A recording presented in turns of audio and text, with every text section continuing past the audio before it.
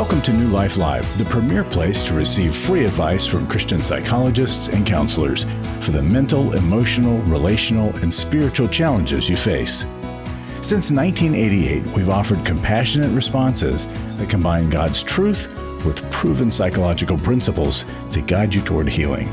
Our phone lines are open. Call us now at 1-800-229-3000. Hello, it's Becky Brown. I'm so glad to be here. It's been a couple of days or so since I've been on, and I always love this time to connect with you. Just FYI, I'm a licensed clinical counselor, and joining me today, I've got Dr. Sheri Keffer, who's also a licensed marriage and family therapist, and Dr. Jacqui Mack-Harris, who's a licensed marriage and family therapist. These women are wise, and I know that they can answer whatever question that is on your heart and your mind today. And so you can call us 1-800-229-3000. We're also streaming live on Facebook. And so, if you're on Facebook, which a zillion people are, if you just click that share button or the like button, sharing is caring. It may be the very thing that somebody that you love needs to hear. Right now, I want to hear from you, Sheri. What is on your mind today?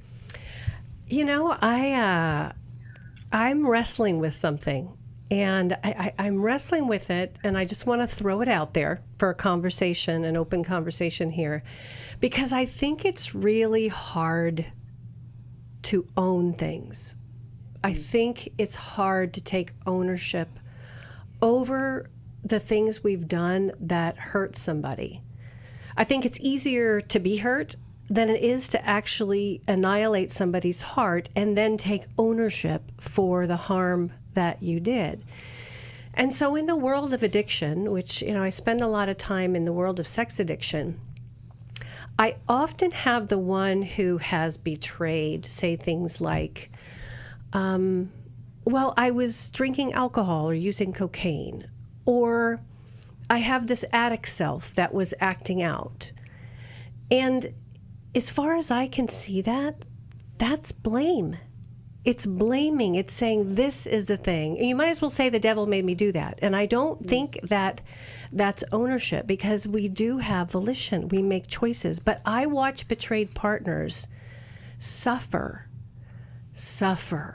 waiting for the one that betrayed them to own it 100%. And I feel like these are good women. These are women in my research. 88% of them said, I would stay. I would stay if the one I'm with would stop lying, right? Mm-hmm. But in my practice, it's like a 96 percentile. Most people work through it, even with the most horrible things that could ever happen. Mm-hmm. But that piece of ownership, which in the Bible, it's, oh, wretched man that I am, or it's, oh, wretched woman that I am, depending upon who's caused harm. It's such a level of depth that you have to face being ashamed and face the harm and say, yes, I did it. Yeah, and it's I experience that with the couples that I work with as well. People have a really hard time saying, yeah, I did that. I messed up. It was my fault. I'm the cause. People have just a terrible time with that. And unfortunately, the healing doesn't really start to take place until you do. No, it doesn't. Both people stay like in a tubal pregnancy. They're stuck. They're stuck. And so if you're the person who may have been the offender, know that it will only get better when you lean into the admission of guilt, to take the risk, because otherwise you're just going to be holding your breath and you're going to experience life less than what God had intended. And there is nothing like the freedom that comes from confession in a safe and healthy, encouraging relationship. It may not turn out the way that you like it, but it is worth taking the risk. I am so grateful that you shared that, Sheri, because we hear that a lot. Somebody doesn't want to be truthful. But listen, we want you to be truthful. Give us a call, 1-800-229-3000. We're going to answer your calls for a couple hours. We'll be right back after this. New Life Ministries saved my completely broken marriage. No matter how much hurt you've had to face, no marriage is beyond hope. At New Life Ministries Intimacy and Marriage Weekend, licensed counselors will help you rebuild communication skills and renew your commitment to each other. You're building authentic intimacy, and you're learning how to connect on an emotional and relational level. You're learning how to listen. You're learning how to identify those core patterns that get in the way of good relationship. The Intimacy and Marriage Weekend is October 25th through the 27th in Dallas, Texas. Register online at newlife.com or call 1-800-NEW-LIFE and use the discount code NLL to save $50. 1-800-639-5433. 3.5 years later, we're still going strong. I would encourage anybody who's struggling in their marriage to go. They are more effective than anything else we tried.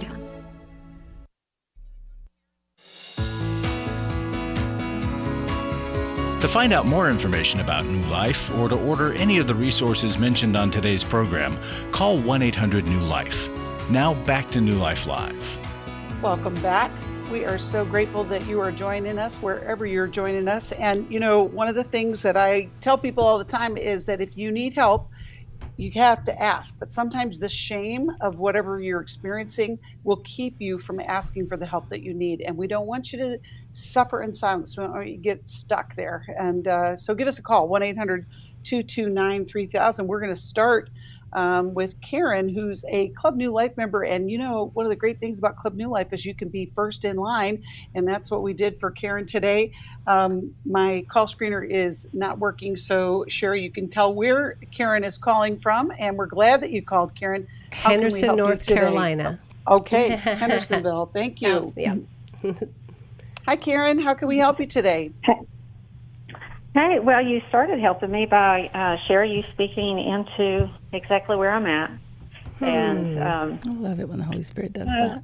Becky, you were, I called 2.5 years ago when I first left my husband because I thought that he was unfaithful, and I thought that he had been for a lot of years. And anyway, I finally left, and I called, and I said, this is what I suspect. What should we do first, EMB, intimacy, marriage? And your answer was basically, yes. That sounds about right. You know, and at that point, we had been 38. It was going on 39 years of marriage. Now we are 41 years of marriage. And he did go to EMB, and the greatest thing was he was saved.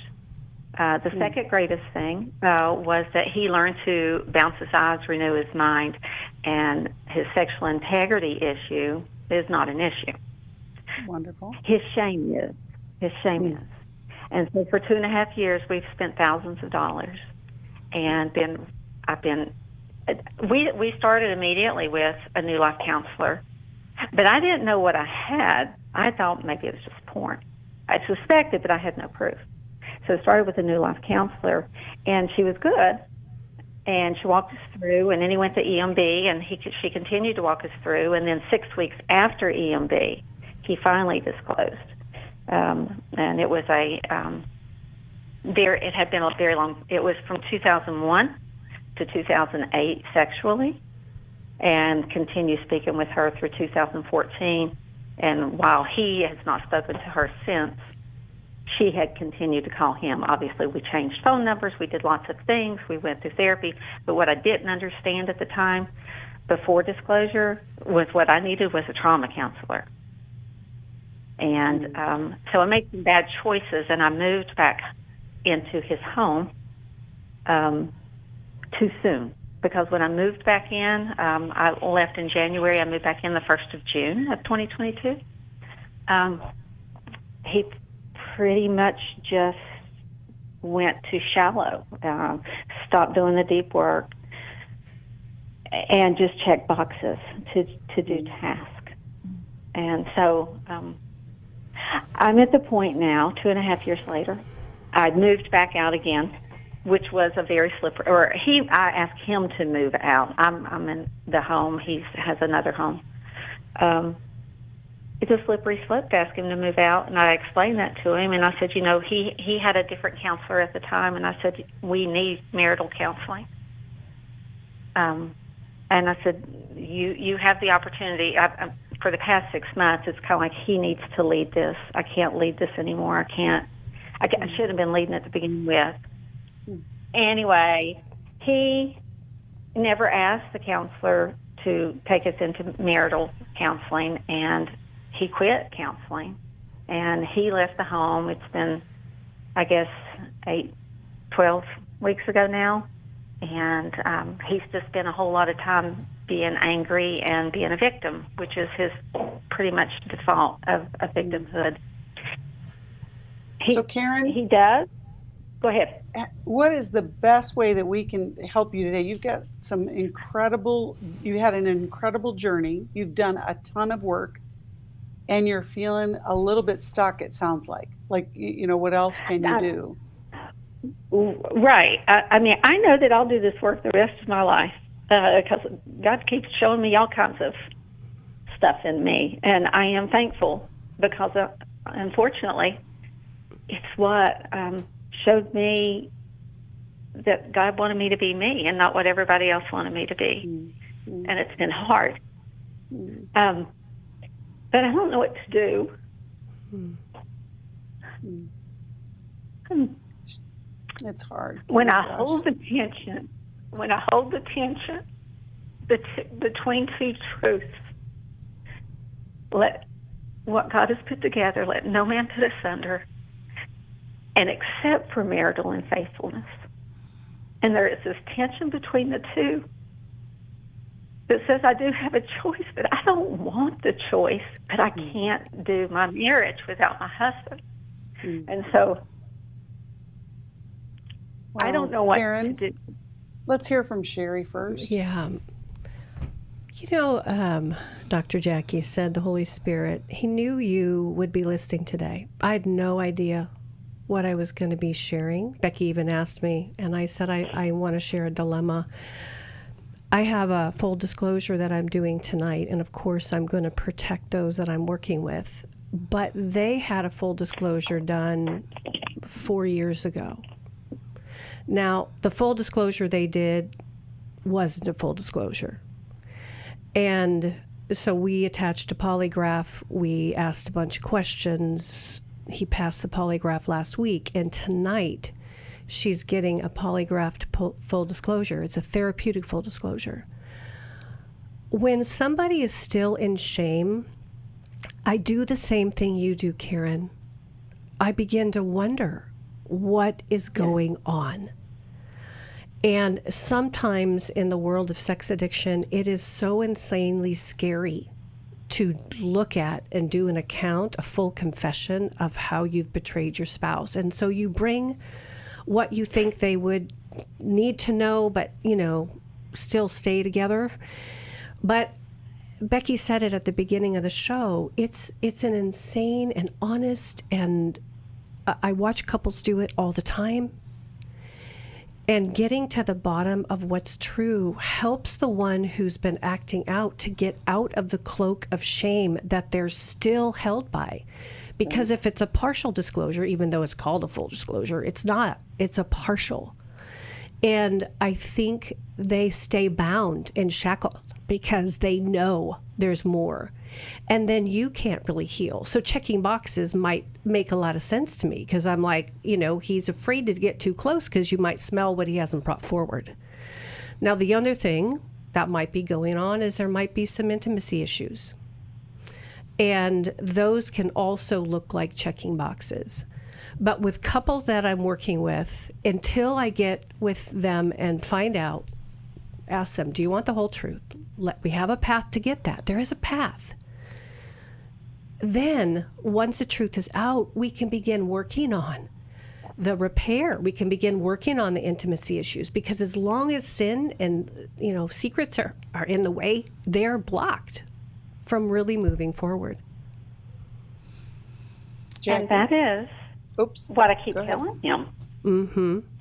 I have this discussion with him. I'm kind of like, because it was a 2.5-year drip disclosure. He did what he said was the full disclosure with the person who was not the trauma infidelity specialist. I just didn't know what I needed. Of course. At the time, And I right? just want to have you take the blame off and the burden of not knowing. We don't know what we know. In my book, Intimate Deception, Healing the Wounds of Sexual Betrayal, I have a whole chapter on talking about the importance of truth. And you need skilled people that have trained to do these kind of things. And you said earlier, Karen, I made a bad choice or a wrong choice, and you didn't. You made a choice to get help and healing, and you got some of that. You just didn't have a therapist that specialized in trauma, because again, you don't know what you don't know until you do. And now that you do know we have had one since. We actually had Jason and Shelley Martinkus. Well, so once you got the new information, you got the appropriate type of therapist. You said he stopped. I was gonna. That's where I was going. You said you have talked to him about this over and over again. I don't specialize in infidelity the way that Sheri does. I'm more focused on trauma and attachment, and it's really hard to heal when you're still being traumatized. And if he isn't in an affair, that is wonderful, but the behavior of holding you at arm's length is still going on. So the distance and the disconnect in the relationship that hurt you, that led you to feel like something was off, that part is still there, whether he's acting out or not, and probably most likely is. But whether that's the case or not, the problem in the relationship with you is still the same. There is something off in the connection between the two of you. And it's become all about the infidelity and the sexual acting out. And I'm wondering if he's saying something that's not being heard. His passivity says something. His unwillingness to go deeper and to continue the deep work says something. People are good at showing you who they are. And we all want to be accepted for who we are. Even when who we are is somebody who's making mistakes and hurting other people. We just want to know that somebody loves us anyway. And you seem to be showing that, but also you're continuing to allow him to put you in that leadership role of fixing something that is going on inside of him.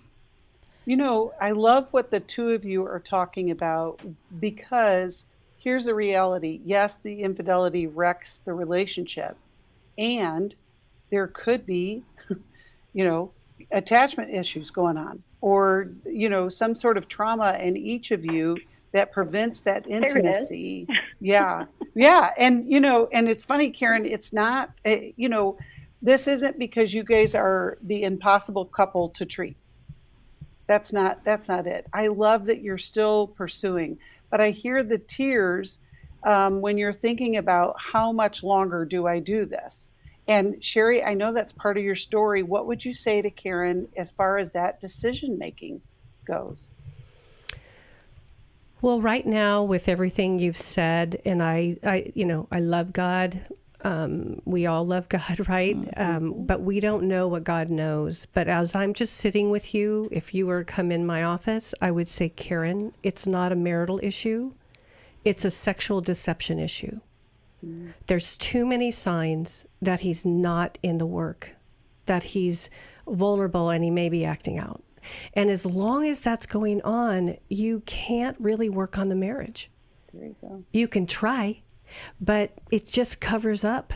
And you can unknowingly collude with the deception. Not you, but therapists can do that unless they're like, okay, we got to figure this out.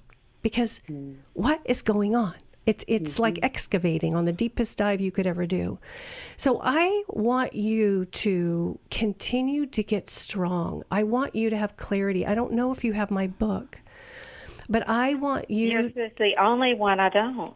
Oh, well, guess what? We're going to send it to you, yes. Well, I did get to the point that I couldn't read another book. Yeah, I understandable. couldn't read another page. Understandable. And, Karen, I can speak for Sheri's book. It's very informative. It's going to give you some enlightening just concepts that you may not have even thought about. But Sheri, I love what you just said, that it's pay attention to those obvious things. What does it look like for a man who's doing the work to show up in a relationship? It looks very different than what you're describing, because I know lots of men that go through this and get to the other side and they are transformed. I wouldn't be doing this work if it was just all like, oh, I do it because I see hope all the time flourish. I love it. I love it. Well, Karen, we're so glad that you called. We are going to send you a copy of Sheri's book. And, we know that it's hard because it feels like it's never ending, but that means that you haven't had that clarity yet. It's not that you haven't done work. And, we're so grateful for insight from people like you, Sheri, who have given great instruction to so many women, so many couples, to have the clarity so that you can make a good decision. We'll be right back with New Life Live after this. When you give to the New Life Scholarship Fund, you're giving someone hope for a brighter future. I was kind of in the closet and hit with my struggle. Your donation really made the difference, especially in my situation, because I ended up getting laid off from my job. At the New Life Intensives, hurting people are able to begin a new path towards healing and freedom that has an effect on all of those around them. I think the people who support New Life financially are people that I'll never know. I'll never be able to thank them personally for the gift that they gave to us. Their giving saved me, my husband, and our family from being torn apart. To help hurting people to connect to the help they need, make your gift to the Scholarship Fund at newlife.com or by calling 1-800-NEW-LIFE and specifying scholarships. Someone called and sponsored me to come this weekend. Whoever that is, just know that you saved a life. Literally, you saved my life. 1-800-NEW-LIFE. Club New Life changes lives. You guys came along into my life in 2022. That was a really, really difficult year of my life. You can help New Life Ministries provide Christ-centered hope and counseling resources to thousands of people by joining Club New Life today. I began to really process a lot of things that I've needed to for a long time, and y'all were a very big part of that. When you sign up to support us monthly through Club New Life, you'll make a difference in the lives of individuals and families with godly counsel and connection to help. I came out of it having never experienced anything like that, and y'all were there. Join today and help continue the message of hope to a troubled world. I knew I had to keep going, and I joined Club New Life, and y'all have been the resource that has now been a light for my wife and I. Go to newlife.com/CNL, and together we can help hurting people find help and hope in life's hardest places. Keep doing what you do because it makes a difference. newlife.com/CNL.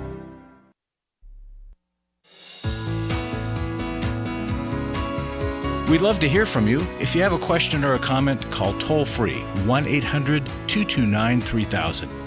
Now back to New Life Live. Welcome back. We were just talking to Karen, and we have our Restore Intensive for women who've experienced betrayal. We're going to be November 1st in Washington, D.C. So if you are a woman who has experienced sexual betrayal and you want to get some help and get started on your healing journey, we would love to see you there. And we have a free guide to help you. You can download it at newlife.com/restore. We're going to go back to the calls, and we're going to continue taking calls at 1-800-229-3000. We're going to talk with Leonard, who's calling us from Lansdale, Pennsylvania, listens on WBYN. Hi, Leonard. Thanks for calling. How can we help you today? Hi, can you hear me? Yes, very good. Yeah. Thank you so much for your counsel. God bless you guys. Thanks. You're welcome. Thanks for calling, Leonard. Yeah. So my question is, what do I do? And the context is my girlfriend broke up with me on August 2nd. So it's been over 2 months now, but we were about to get engaged. We're both Christian. We love the Lord, but her mom is not Christian, and her mom threatened suicide if she didn't end it with me. So she chose her mom over me, and she gave up on her relationship, even though we had promised that we'd get through it together. At the moment, I've pulled back, and I'm just giving us time to process. We haven't spoken for almost 2 weeks now, and I'm just I'm dying inside. I'm falling apart. Oh Our heartbreak. Like I read Love Must Be Tough by James Dobson, but it was really hard to find principles in there that applied specifically to this situation, which has to do with external factors of family involvement, you know. So it's not like there was some degree of unfaithfulness, but it's not marital or sexual or like, you know, like what's that, romantic unfaithfulness. It was just, you know, she gave up on us, and I'm really struggling to like cope with that. Because I'm still in love with her. I'm still committed to her. Like, when I look back on the testimonies that God gave us in how he brought us together, like I have this conviction and the certainty that that we're still meant to be together. And a lot of this feels like we talked about before we broke up that there would be spiritual warfare when she went to go visit her mom. Her mom like lives in out of the country. She's in the States for most of the year, and she only visits her mom for a few months out of the year. And we knew there would be like spiritual warfare. We were like praying a lot together, and it got too hard for her, and she just gave up. And yeah, so what do I do? All right. Well, let's start with you, Jacqui. How can we help Leonard? Well, Leonard, my heart just breaks for you. It's so hard to be in a relationship that it seems like someone has given up on. I'm a realist, and so I'm just going to be a little blunt and direct. And as hard as this is, and I know you're grieving the loss of the relationship, but if this is how she responded to this in these early pre-engagement stages, then you might be finding yourself delivered from a dangerous, really hard marriage, and grieving the loss of the engagement, while I'm sure excruciating. I heard you say you still love her, and you were all in. Would be much harder grieving a divorce later on down the road, when whatever those family forces are continued to attack the family. And it may well have been or is spiritual warfare, and still God defends us in his ways and not our own. And so my instinct is that this was deliverance for you from, because when you get married, you're not just marrying the person. Those families are coming together. It's, you know, why there used to be arranged marriages, and in some cultures still are, because we want to put families together that will benefit one another. And so you are taking on whatever her family is bringing in, and God may have said no to that for you. Sheri? What do you think to that, Leonard? How does that feel?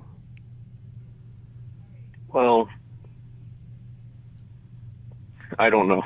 Yeah, it's hard. You know, like, I have swallowed some really hard truths since the breakup, and it is along those lines. Yeah. Grieving is really hard. You know, grieving is hard, and you're. You know, I am letting myself grieve too. Like I'm reading Healing as a Choice. Good. Good. And you know, I'm following this. I was following the steps in order even before I began to read it, but like it really gave me confirmation that, like, you know, healing is not linear. We all heal at our own pace. Yeah. You know, like it's hard because when I talk to God about it, I get overwhelmed with two main things, which is God's love for me and God's love for her. And you know, and I can't, like, you know, in God's, a lot of the. I want to share. Let me share something with you. I love that. That's what God is telling you, because basically God is saying, "I've got you, and I've got her, and you don't have to rescue her anymore." There is a serious polarization that your former girlfriend has grown up with. For a mother to threaten suicide, it's the greatest manipulation.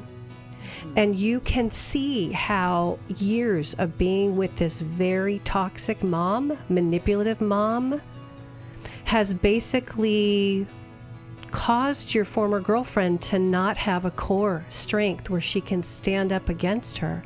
And it will be impossible for her to leave and cleave without it. Well, you can hear the music. Leonard will be right back after this break. You're listening to New Life Live. You can call us 1-800-229-3000. We'll be right back. 5 years ago, I had been in porn addiction, and I'd had a sexual relationship out of marriage. Every day, men struggle with sexual integrity, impure thoughts, strip clubs, affairs, pornography. Find help today at New Life's Every Man's Battle Intensive. It was the first time I'd ever divulged the sin that I had. For over 20 years, New Life Ministries has been helping men regain their integrity and purity through their one-of-a-kind Every Man's Battle Intensive. I found a confidential comfort that was able to put a flame to a start of a healing process. Now the intensive is coming to Orange County, California, November 1st through the 3rd. Register online at newlife.com or call 1-800-NEW-LIFE and use the discount code NLL to save $50. Thank you, New Life. They're the redeemed man. Thank you. 1-800-NEWLIFE and the discount code NLL.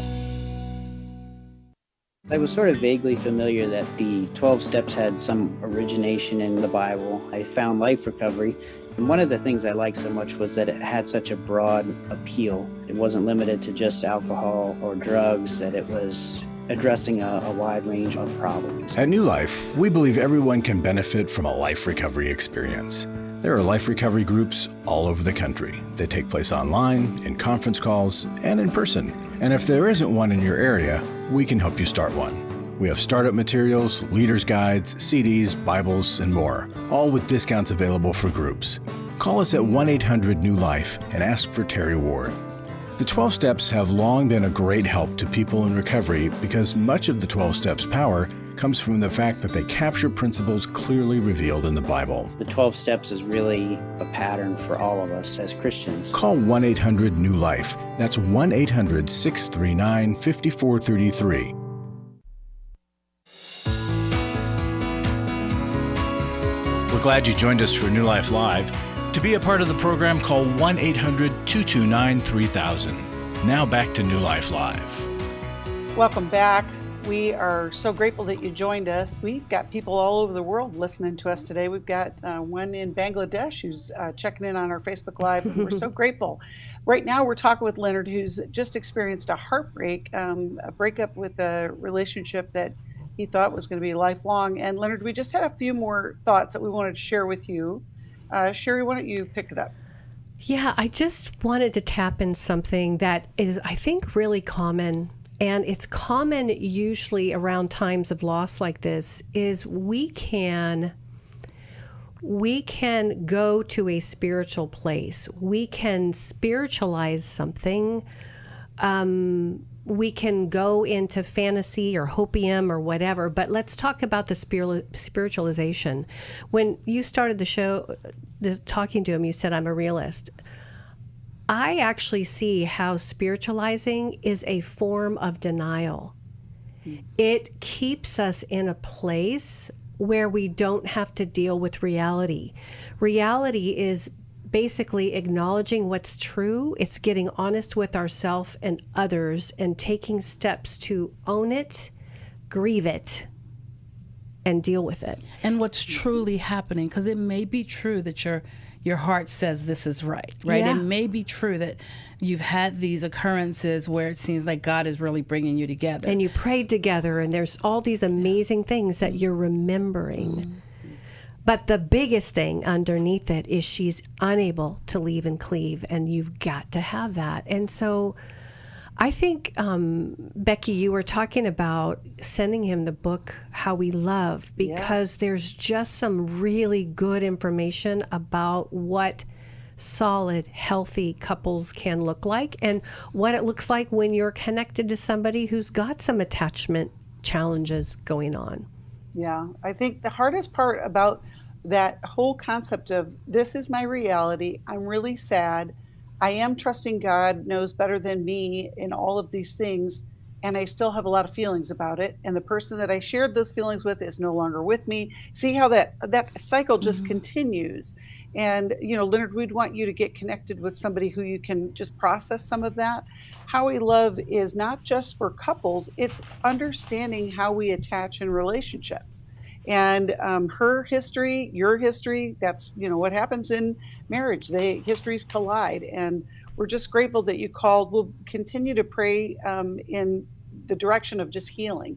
And that's a big prayer request. We're grateful that you called. Becky, I think Go ahead, Jacqui. sometimes we, because we're Christians and we're taught to have faith and trust God, and God speaks to us, sometimes that gets ramped up and mixed in with our passion about whatever the thing is. And so I think, just to be clear, Leonard, what we're saying is your body and your heart is telling you that this was right for you.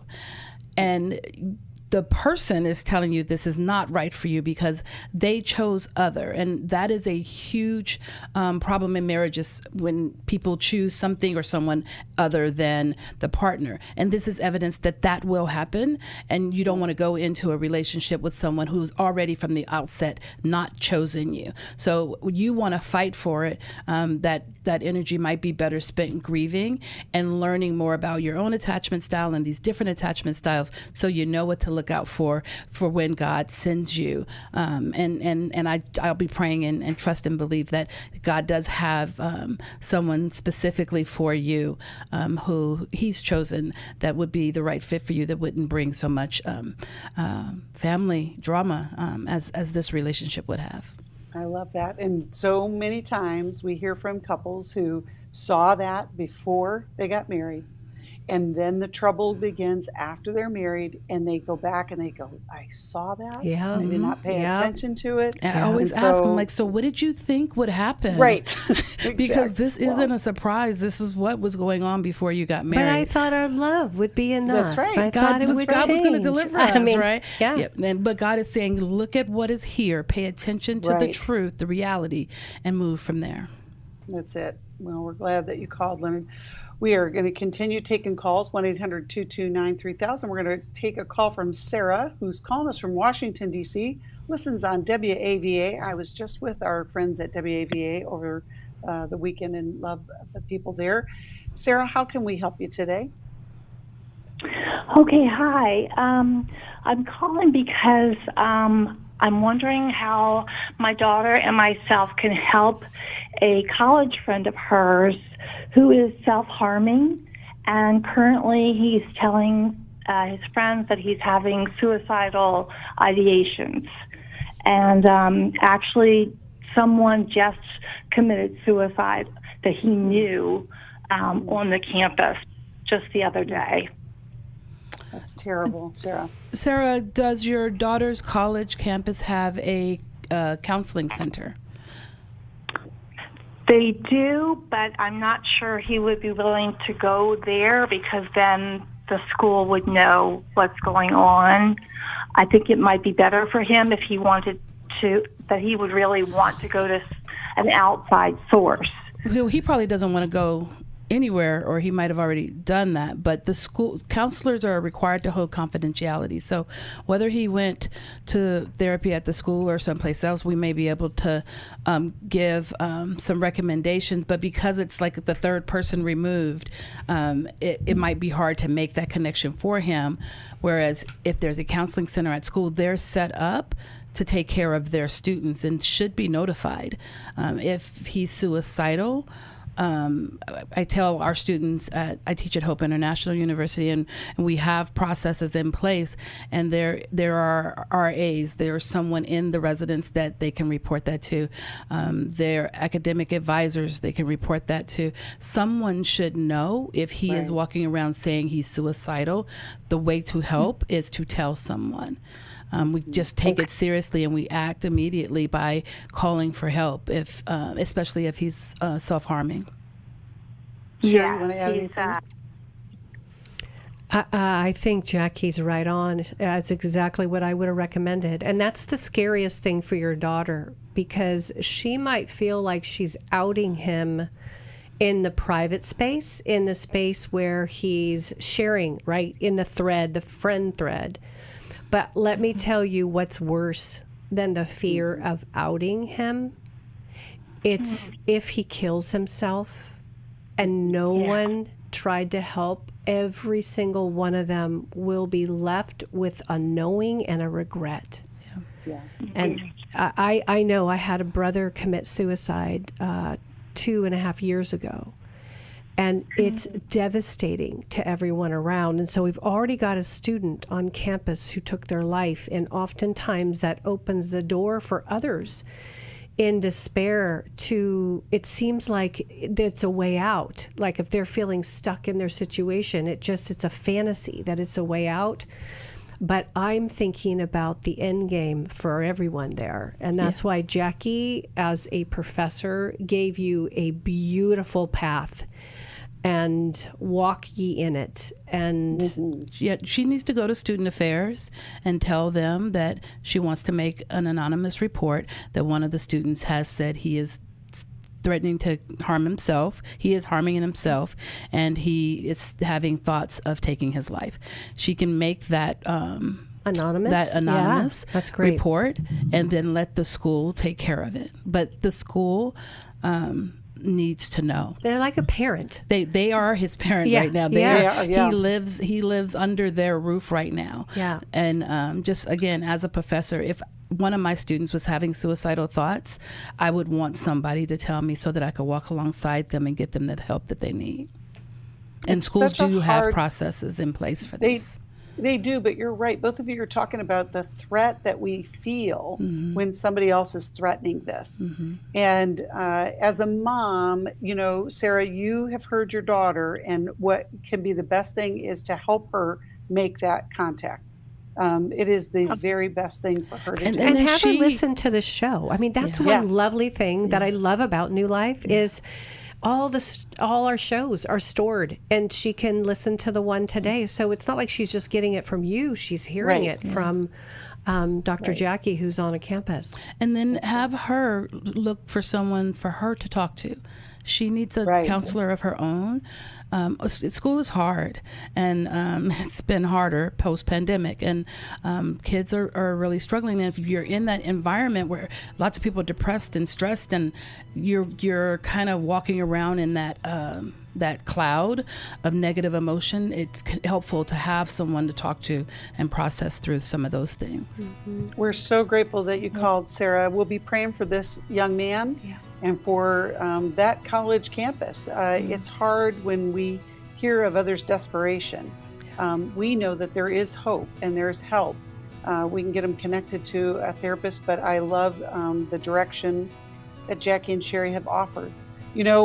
We are able to offer these kind of things because of the support of so many people. Our Club New Life family gives on a regular basis to help us reach out to people, to give them the hope and the help that they need. If you want to join Club New Life and make a difference, you can do that today. Go to newlife.com/donate. We all face days where life throws us a curveball and our routines or plans get disrupted. Things we wanted to do are forced to take a backseat to the unexpected demands of the day. If you normally listen to New Life Live on a radio station, well, you might not be able to that day. And on these hectic days when you're feeling stressed or frazzled, hearing the sound of counsel given on New Life Live is just what you need to navigate the unexpected things of life. Every time I'm troubled or I have a problem, I'll cut on New Life, and there's always something that is said that is helpful to me. By listening, I have learned more than I can ever express about how God wants me to live. Download the New Life app for the easiest way to listen wherever you are and at a time that's convenient for you, or watch the show on our YouTube channel. You can even subscribe to our podcast from your favorite podcast provider. You never have to miss a day of New Life. Wherever you are, we are. Hi, this is Stephen Arterburn from New Life Ministries. We know that Christian counseling changes lives. We hear evidence of that every day. My relationships with my husband, with my friends, with my family are much richer and deeper and honest. Particularly my relationship with God, I see Him in a more accurate form and begin to trust Him more. There's joy and there's peace because I have the internal tools that I can trust. So it's radically changed my life. I'm just not even the same person. Our nationwide network of licensed Christian counselors means there is help available near you. Take the leap, jump in, and go for it. It's changed my life completely. You don't have to be stuck where you are, but you can't really expect to change unless you take action. Call us today at 1-800-NEW-LIFE. It could be the start of a whole new life for you. Christian counseling works, and we can help. Call 1-800-NEW-LIFE today. Someone who cares is always there at 1-800-NEW-LIFE.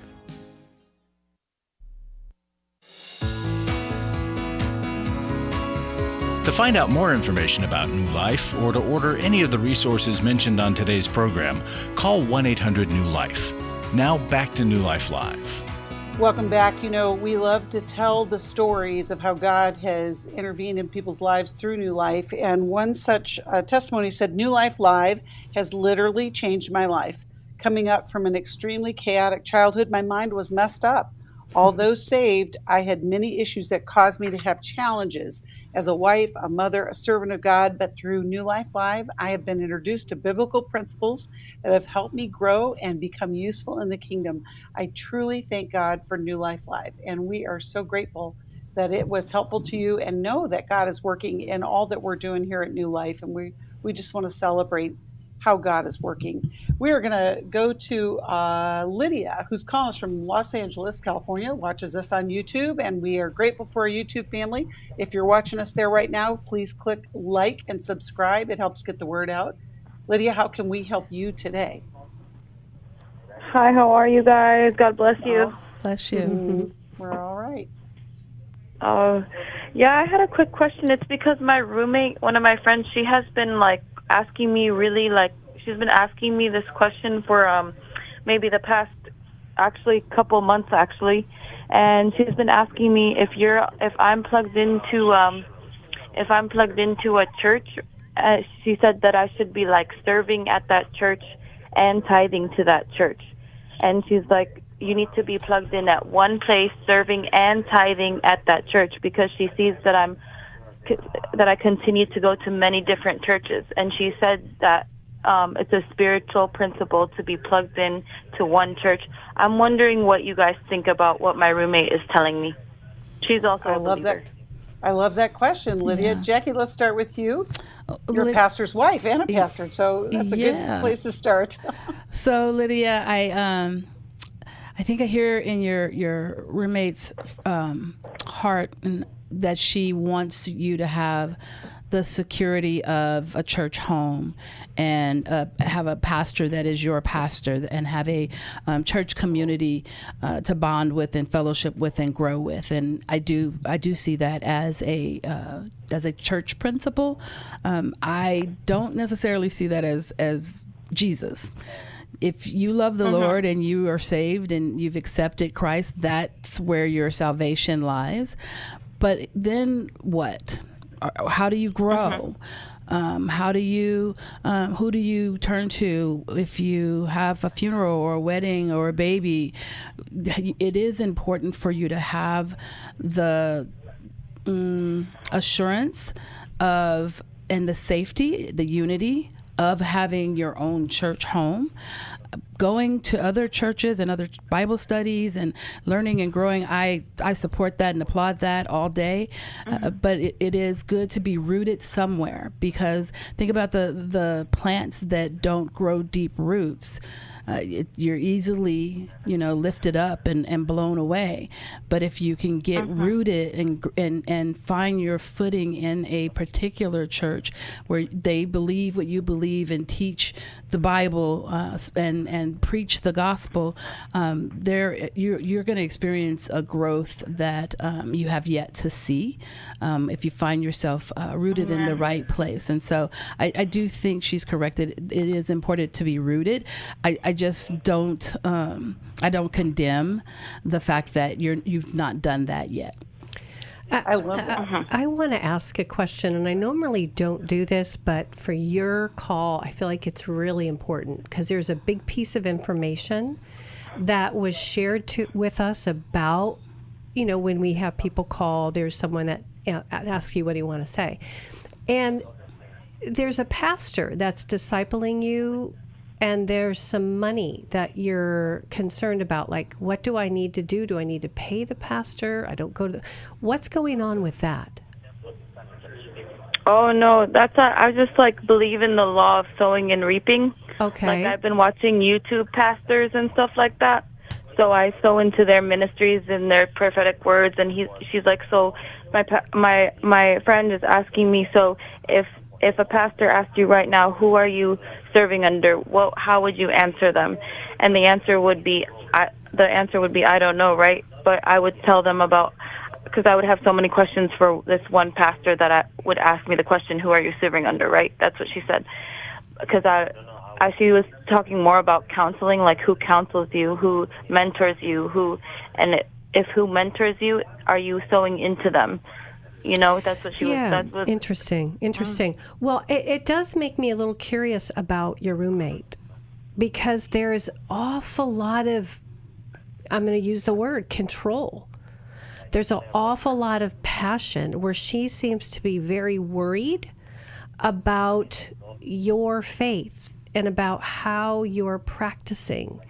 And I love what Dr. Jacqui said, but I also kind of step back and go, like, why is your roommate trying to herd you like a cat or cattle into this very narrow road when, I don't know, you love Jesus and you're going to different churches, and I don't know, you might be enjoying different services, different people. I mean, when I was a single girl, and I went to like 4 different churches because there were things at each one. As a single person, I was gaining certain things. I love this one church's worship, and I love this other person's teaching. And then I love singles groups at 3 different churches. Now, eventually I figured out that, there was one church that kind of fit me. Amen.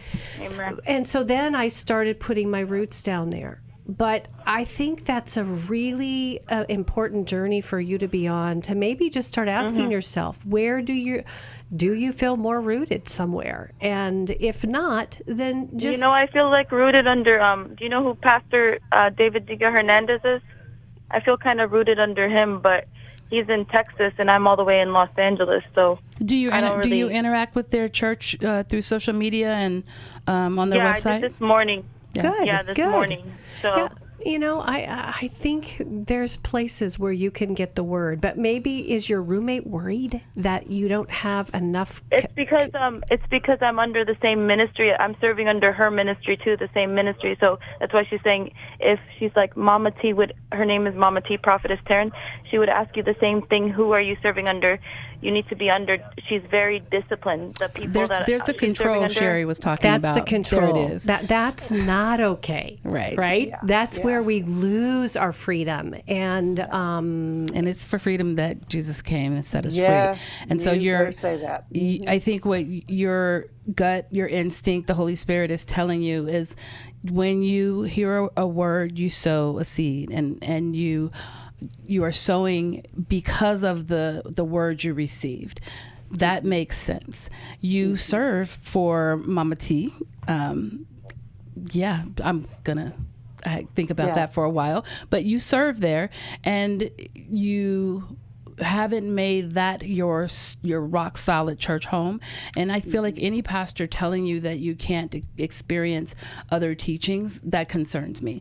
I also, and Jacqui, to that point, if somebody's telling you as a spiritual leader that you must pay me or you must give to my ministry, that gets a little slippery sometimes. I mean, the book that Steve wrote, Toxic Faith, might be. I know it's out of print, but I was thinking, go find Lydia, it. You can get it out of print on Amazon, because it might be a good read for you, Lydia. It's not something we can offer you, but go check it out. Maybe for your roommate. It sounds very fear-based, and that is not Jesus. I'm going to send her a copy of Henry's latest book, Why I Believe, because he talks about his own journey there. So that'll be good. Lydia, we're so glad that you called. We are going to do one more show. If you are on hold on, and we're going to get to your call next.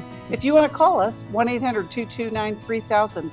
Listen, we've got all kinds of ways to help you. Join us at an intensive or call us, 1-800-229-3000. We'll see you next time.